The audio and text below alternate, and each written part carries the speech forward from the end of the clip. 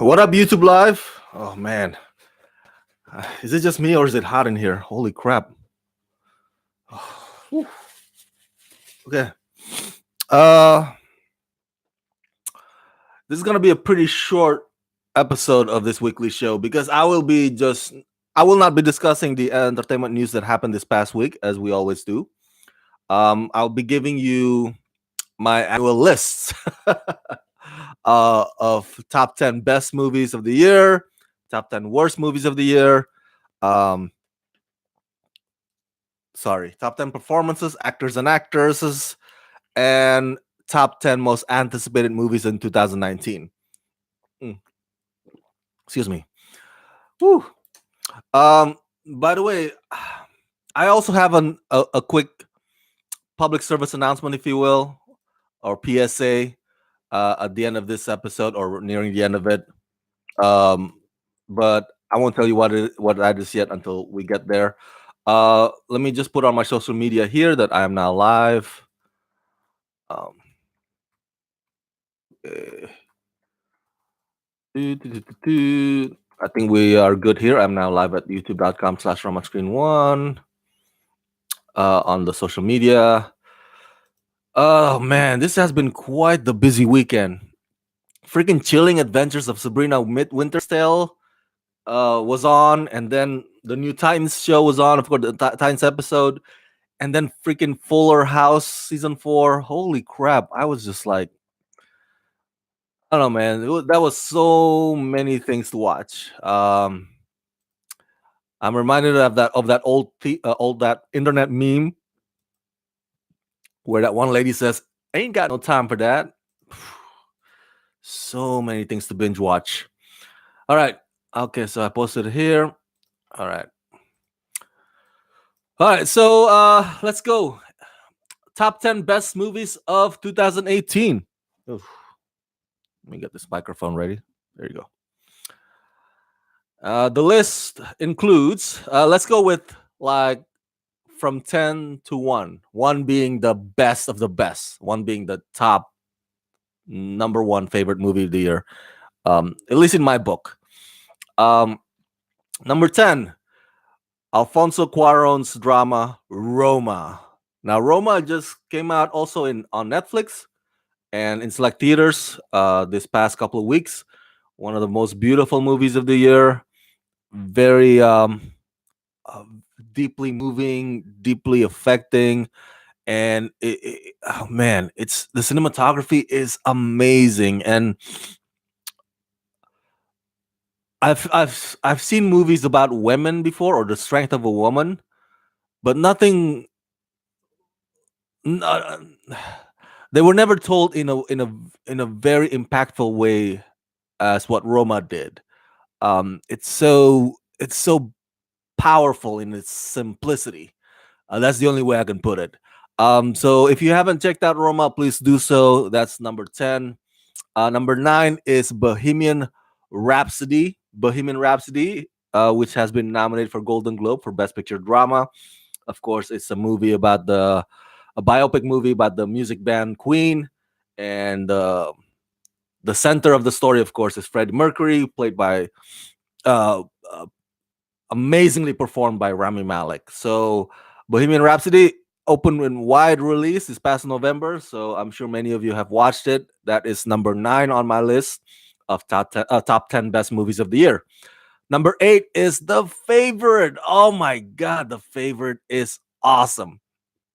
Oh, I think it's only in select theaters right now. Hopefully it expands to more theaters in January, but it is, I don't know, such a it's a it's a dark comedy, if you will. Um and but it's not like rah rah hilarious, laugh out loud kind of riotous, movie. It's just it pokes fun at aristocracy. It pokes fun at the elite, and it's so outlandish and silly the way these two characters are trying to win the favor of the queen, who herself is very childish in her behaviors. Such a fantastic film all around. Great performances by all the actors involved. Number 7, On my top 10 best movies of the year, number 7 is Hereditary. Woo! Hereditary is one of the best horror movies I've ever seen. Um, Tony Collette gives one of the best performances of the year. So make sure you go check out Hereditary if you haven't seen that. I think it's already out on Blu-ray. I'm not sure. I gotta double check that. Yeah, if it is already come out on Blu-ray, I highly recommend you put that on your, number one or on top of your must-see list this season. Um, all right, so the next one, number 6, is A Quiet Place. That's also a horror film. That's by John Krasinski. Um, it's a creature movie, different from Hereditary, which is more of a supernatural ghost kind of horror. But it's interesting to have two horror movies out on this list of mine, the top 10 best movies of the year. But A Quiet Place, man, basically it's a silent film and it's so creepy at times. And it's one of those things where people are championing it right now for best script of the year or one of the best scripts of the year, even though not a lot of dialogue happening in the movie itself. Which reminds me of the movie The Artist. Remember The Artist? I think it won also for best screenplay. I was like, whoa, what's going on?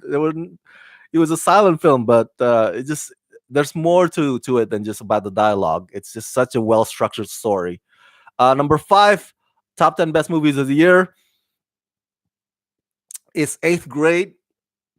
Of one of the best coming of age tales I've ever seen. Elsie Fisher gives one of the best performances of the year. Really mature beyond her years. And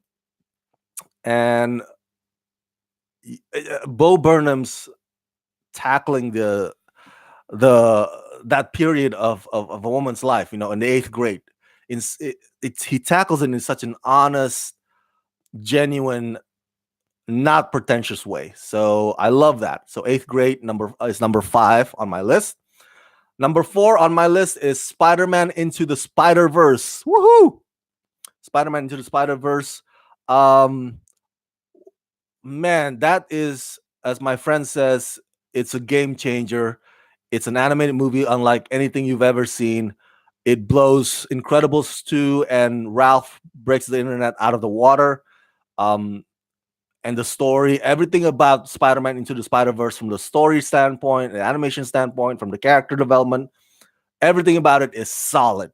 So yes, a must see, a must see. Number 3 on my list. All right, we're going to the top, the best of the best of the year. Number 3 is Searching. Woo, Searching. Man, who would have thought that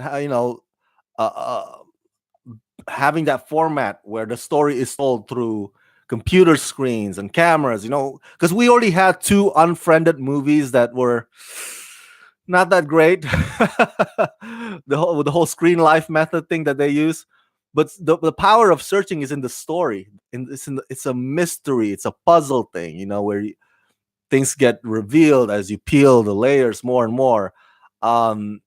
So if the story is solid, the whole screen life method becomes something that complements that story. So it has to be the story first, and so the screen life is built around it. Number 2, my top 10 best movies of the year is Mission Impossible Fallout. Mission Impossible Fallout. Woohoo! One of the best action movies ever made, in my opinion. And who would have thought, man? I mean, this is one franchise in which each of the installment gets, I guess what I'm trying to say is, let me rephrase that. This is one franchise that gets better and better and better with each installment. And you can't say that about every other franchise out there. You can't say the same about other franchises.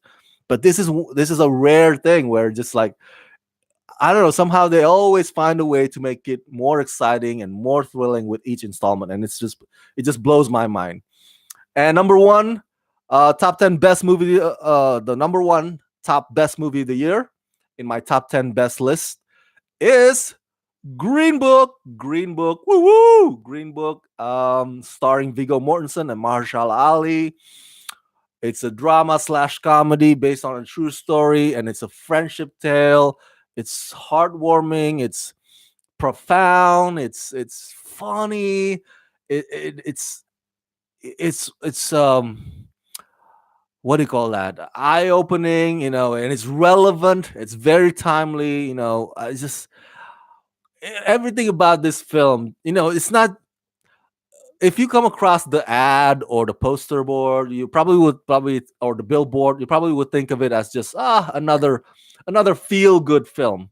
But no, it's more than that. It's more than just feel good. It's actually it's a very powerful drama that will have a lasting impact. Will stay with you long after the end credits roll. So those are it. Those are the top 10 best movies, and the honorable mentions. Game Night. I love that comedy movie, Game Night. I love how each situation is done in a gameplay kind of mode, whether it be charade or whatnot. It's fun. It's a fun comedy film. Another honorable mention is Upgrade. It's an action slash horror slash sci-fi, starring that Tom Hardy look like. I'm sorry, Logan Marshall Green. Uh, One of my favorite movies of the year. And the last honorable mention is The Hate You Give. It's a heavy, powerful drama from 20th Century Fox about police brutality and the whole that's going on right now in our society. Police shooting unarmed black men. So um, those are my honorable mentions. There are three of them. Again, top 10 best movies of the year: Roma, Bohemian Rhapsody, The Favorite, Hereditary, Eighth Grade, Spider Man Into the Spider Verse, Searching, Mission Impossible Fallout, and Green Book. All right, so real quick now. So, top 10 worst. Woo, we're going to the top 10 worst movies of the year. All right, let's go with 10 and then go into one being the worst of the worst. Number 10, The Spy Who Dumped Me. Oh my god, I don't know why some people actually like this film. I hated every moment of it, every minute of it, and Kate McKinnon's was just not funny, man. And she was the only one trying. Everybody else was even less funny than her. Um, Sorry, I got to turn off my phone. Suspiria is number 9. It's grotesque. It's slow burn. It puts me to sleep. I hated it. It's a terrible remake in my book. I know a lot of people think differently about it. And it's like, hey, Rama, you got it wrong. Suspiria is actually good. I'm sorry, man. I don't see it the same way. Number 8, Dog Days. Oh, it's supposed to be lovable, adorable movie about dogs, right? But I'm just not feeling it, man. It's just too much sunshine and rainbow. Hey, Ryan, what's up, Ryan? And so it's one of those ensemble movies, like Valentine's Day or Mother's Day, and it's like, and then you have Dog Days. Oh, I can't stand this. So number 7, Dumplin'. Dumplin' was one of my anticipated movies of the year, and I was so disappointed by how terrible the movie is. So lame on all fronts. The only decent part about that movie is the use of Dolly Parton songs, but everything about it was just like, really? This is all you can give us? Not good, man. Number 6 on my top 10 worst movies of the year, Widows. Widows is overrated, man. Holy crap. Overrated. And the heist at the end was just so unsatisfying. You have all this thing going on, and then you have this less than adequate heist, less than interesting heist. It makes it even worse. And Daniel Kaluuya playing some kind of a psychotic villain he's just there to, like, the movie takes a break just to show him kills people. I just like, I do not like this movie. I'm sorry. I know if many of you guys liked it, but I hated it. Number 5 on my top 10 worst movies of the year, Fantastic Beasts: The Crimes of Grindelwald. Oh my god, this movie, man. The story is so convoluted and so many subplots going on. I don't care for any of the characters or any of the subplots. I was like, the whole thing with Genie and Dan Fogler's character, I forgot his name, Jacob. Yeah, the whole romance thing goes like, where's this going? And it's like the movie's so confused. And J.K. Rowling, I love her. I think she's a great author, but she's a terrible screenwriter. She doesn't know how to streamline or concise her script to make it more focused. Oh my god, the only redeeming qualities about that movie are Johnny Depp and Jude Law. Number four, top 10 worst movies of the year. Beautiful Boy. Oh my god, Beautiful Boy. Steve Carell, Timothy Chalamet. The whole movie is about Timothy Chalamet crying and Steve Carell yelling, and it's like a public service announcement of what happens if you're a drug junkie. It's like, oh look, Timothy Chalamet is in the bathroom floor, or he has an overdose, or his girlfriend has an overdose. Like, okay, we get it. You know, that's what drug junkies sometimes go through. But come on, where's this father son drama power thing going on? Like I was looking for them to just have that father son talk, but in that diner scene, I was like, but it doesn't even get there. I just feel like this was one of those overrated and big letdowns of the year. Number three, top 10 worst movies of the year: The Happy Time Murders. Facepalm, Happy Time Murders, man. The trailer looks funny, right? Sex jokes, talking puppets that curse. You know, it says f bombs every other word. But man, the movie is anything but funny. It's so dumb, so stale, so dull. Oh, and the sex jokes get so played out, not just overwhelming, but just played out. It's like, really, this is all you've got? Ugh. Number two, top 10 worst movies of the year. The Predator reboot.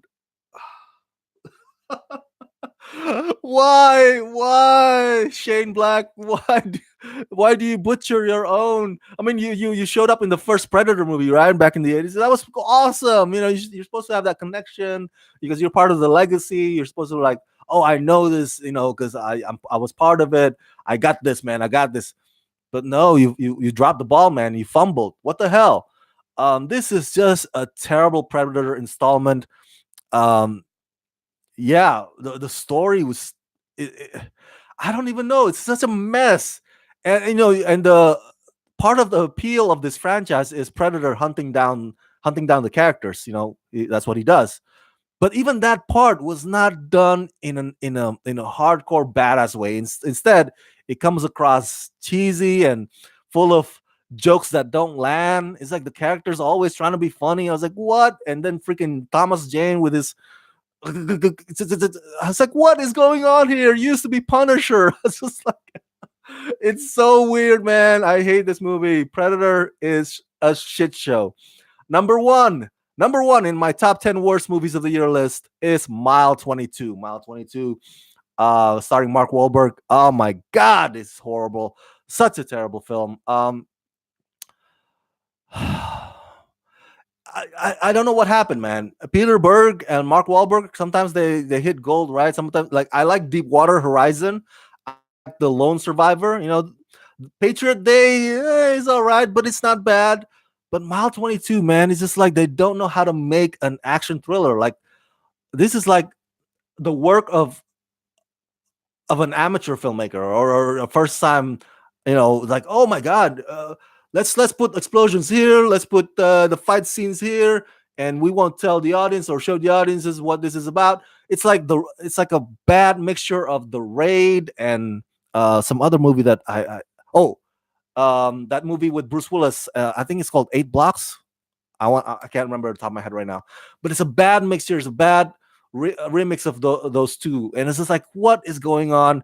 And on top of that, it stars one of my favorite Indonesian actors, Iko Uwais, because I'm Indonesian. I was looking forward to this, but man, his talent is wasted in this movie. Holy crap! All right, so those are my top 10 worst movies of the year: The Spy Who Dumped Me, Suspiria, Dog Days, Dumplin', Widows, Fantastic Beasts, The Crimes of Grindelwald, Beautiful Boy, The Happy Time Murders, The Predator, and Mile 22. Honorable mentions. Winchester. Oh. The one with Helen Mirren. What is going on? I love that house, the Winchester, the ghost house thing. But that movie was just awful, god awful. Another honorable mention: Robin Hood. Robin Hood. Nobody wants another Robin Hood movie. Hollywood. Nobody's screaming for another. It's like, why? We don't need another. Ah. And the last honorable mention: Sicario, Day of the Soldado. I like the first Sicario movie. It was about a revenge movie and about street smart versus book smart, or because Emily Blunt is by the law, versus Benicio del Toro. It's like, no, I want to do things this way, justice my way. But Sicario Day of the Soldado is basically championing war on drugs. It's like championing Reagan policy. I was like, there's no revenge going on, and the movie doesn't even have a conclusion. It's like setting up for the third movie, and it's like, what is going on? It's like, can't you at least make yourself look or appear as if you're standalone? It's just terrible. It's terrible all around. So yeah, those are my honorable mentions for worst movies of the year: Winchester, Robin Hood, and Sicario: Day of the Soldado. Before we get the top 10 most anticipated movies of 2019, I'm sorry, as I said earlier, this will be a short episode of Rockin' It with Rama Screen Live. So let's get to the top 10 performances first. Let's see here. Ryan says Robin Hood and Gotti. Yes. I haven't seen Gotti, but Robin Hood is on my list. I just mentioned it to you. It's on my honorable mention list. Bobby Steven, did you pick a winner for the Alpha Blu-ray? Yes, I did. His name is Tyler Calvert. So Tyler won the Alpha Blu-ray contest. All right, top 10 performances, actors and actresses. So these are supporting and lead. Okay, top 10 performances, actors. Number 10. All right, we're going from 10 to 1. 1 being the best of the best. 10, Christian Bale in Vice. 9, Sam Elliott in A Star Is Born. 8, Viggo Mortensen in Green Book. 7, Lucas Hedges in Ben is Back. 6, Steve Coogan in Stan and Ollie. 5, Russell Hornsby in The Hate You Give. 4, Joaquin Phoenix in You Were Never Really Here. 3, Matt Dillon in The House That Jack Built. 2, Mahershala Ali in Green Book. 1, Rami Malek in Bohemian Rhapsody. Top 10 performances, actresses. All right, supporting and lead. 10, Emma Stone in The Favorite. 9, Charlize Theron in Tully. 8, Regina King in If Beale Street Could Talk. 7, Amy Adams in Vice. 6, Constance Wu in Crazy Rich Asians. 5, Elsie Fisher in 8th Grade. 4, Rosamund Pike in A Private War. 3, Nicole Kidman in Destroyer. 2, Olivia Colman in The Favorite. 1, Toni Collette in Hereditary. Those are what I consider to be the greatest performances of the year, both actors and actresses. And I could go on and on about each one of them, but I'm just going to give you the list for now. And yeah, if you haven't seen them in any of those movies, please do so. All right, especially Rami Malek in Bohemian Rhapsody and Toni Collette in Hereditary. They are amazing in those respective films. So make sure you don't miss out. All right, so the last category is the top 10 most anticipated movies of 2019. Woo! All right, so we're going from 10 to 1. 1 being my most anticipated movie of the year. Number 10, Hellboy. Come on, the new Hellboy. You gotta admit, it looks freaking good, man. You got David Harbour playing or taking on the mantle that was previously played by Ron Perlman, and I was a huge fan of Ron Perlman's Hellboy movie. So, and it's directed by Neil Marshall. Neil Marshall gave us The Descent. The Descent remains one of my favorite horror movies of all time. If you haven't seen The Descent, it's about these hot girls in the cave, and they found these creatures inside the cave. Fantastic. Neil Marshall also directed some of my favorite Game of Thrones episodes and Black Sails episodes. He's a fantastic filmmaker, so I can't wait to see his version of Hellboy movie comes out next year. Number 9, John Wick Chapter 3. Woohoo! All right, come on. I'm a huge fan of this franchise.